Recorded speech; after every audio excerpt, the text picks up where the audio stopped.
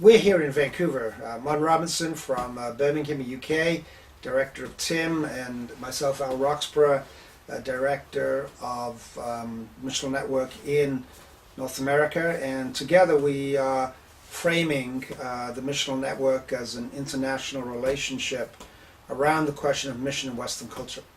And one of the elements of our work is the creation of a new journal.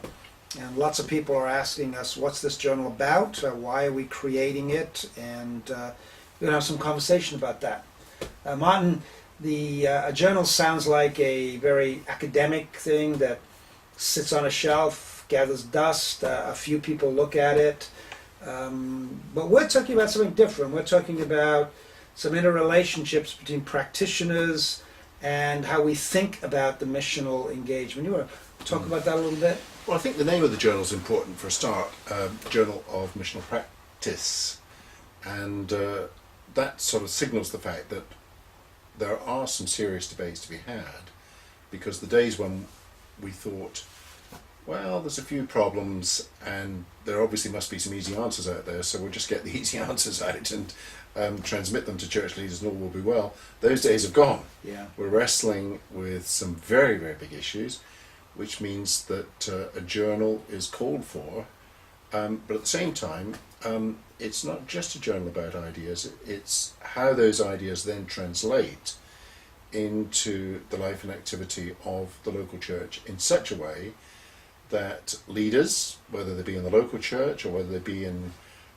parachurch agencies or whether they be in denominational leadership, can actually make use of these ideas as they reflect on them. Not that they're going to come with self-contained answers, but they are starting points that will allow people to at least make some significant beginning points, but more importantly, enter into a conversation with the journal itself.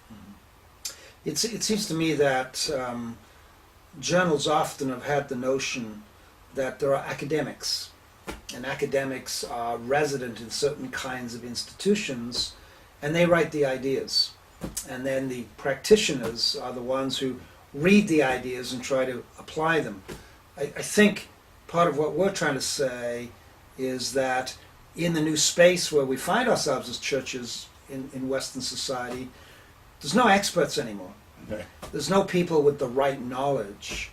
But that part of our instinct is that there are people who are deeply rooted in the tradition, in the story, and there are people deeply rooted in seeking to practice missional engagement in many different places, and that the creativity and the learning is among them together. And that's what the journal's seeking to create. It will do, and I hope that as well as the big ideas, there's also going to be the big stories. Mm-hmm.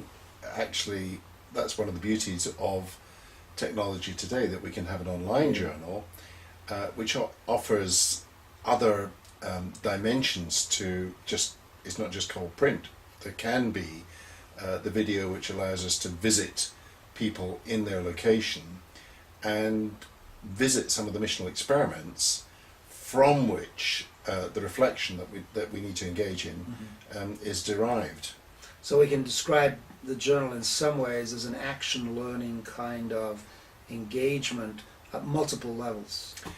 That's the hope, and we hope too, I think, that the very fact that it's not North American wisdom coming to Europe or European wisdom coming back to North America, but actually a conversation. That's the thing that makes me really excited, is that we can have this conversation which is transatlantic, is looking at what's happening in Europe and in North America, and it's not that one is more advanced or better than the other, but we're genuinely co-learners.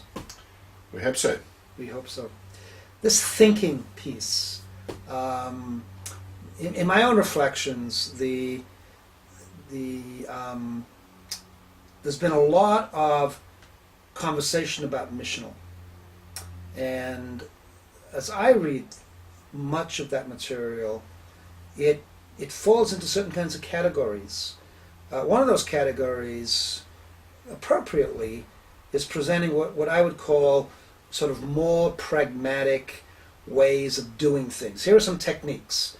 And techniques are good, but in and of themselves, they're not going to get us into the real engagements that you talk about in this new place where we find ourselves. The other side, I find, is kind of a lining up against us and them. There's a let's put it. There's a bashing of existing denominations. There's a critiquing of Christendom, if you will. And it seems to me, and I'd be interested in your comments, that kind of critiquing and that kind of bashing, it really misses the point. That whether we are existing denominations, whether we're pioneer church planters, whether we are new people into the West from Asia and Africa and other places, I think all of us find ourselves in this place. A friend of mine used the language the other day of diaspora, where we're in a strange new place and God's brought us there. And for me, the thinking part is, how do we together, not as opposing groups, but how do we as together begin to think about what's God up to in the midst of this? And does that make sense in terms of what we're up to? Well, I think so. And the trouble with the whole debate about Christendom, which is probably a fairly old debate now. A very old debate. The trouble with all of that is that it's still a debate based in ecclesiology, Mm-hmm. and the idea that somehow or another there is a solution, a model of the church, and if only we get the church right, we're going to get mission right.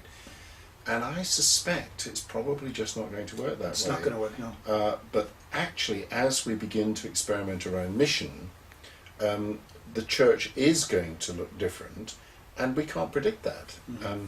So the journal is going to be, I think, about those places of experimentation where mission is helping to form our thinking, not just about the church, but about the broader issues to do with society. I hope that we'll be talking to politicians, I hope we'll be talking to economists, I hope we'll be talking to a wide range of people about what God's world is going to look like in the light of the mission to which we're all called. And that gets to some of the fundamental questions which Leslie Newbegin was asking 25 or 30 years ago, where the focus of his attention and concern was the relationship between the gospel and this thing we call Western society, which is about how we live together in community and politics and economics, and what does the gospel have to do with all those things. So I think what we're seeking to do in this journal is re-engage those conversations, and working from that towards what does that then mean for being a church? Yeah, it's very much about the gospel in the public square. Mm-hmm. And there are increasing and hopeful signs that there is this wider debate now about the fact that the gospel just cannot be privatized anymore. Right. It is returning to the public square, however much the new secularists, the new atheists, So you have no place there. get a little bit infuriated about Yeah. that. It is nevertheless happening. Yeah. Well, we look forward to the journal, and we hope that as it begins to develop and come forward, the stories will include the stories of what many of you are up to out in your public squares, your neighborhoods, your communities. Part of what this journal wants to do is listen in on those experiments and help us to reflect together and discern what is God up to out there ahead of us in North America, in UK, in Europe. Because our conviction is God is birthing something new out of all of the existing structures that we have. Anything else you want to say, Martin? How do we get hold of this new journal? This new journal is going to be online. It's a whole new format, so you're not going to be getting a kind of a hardcover document, but an online journal, interactive, highly engaging, and you will find the all of the invitation to get the journal on the website of the Missional Network.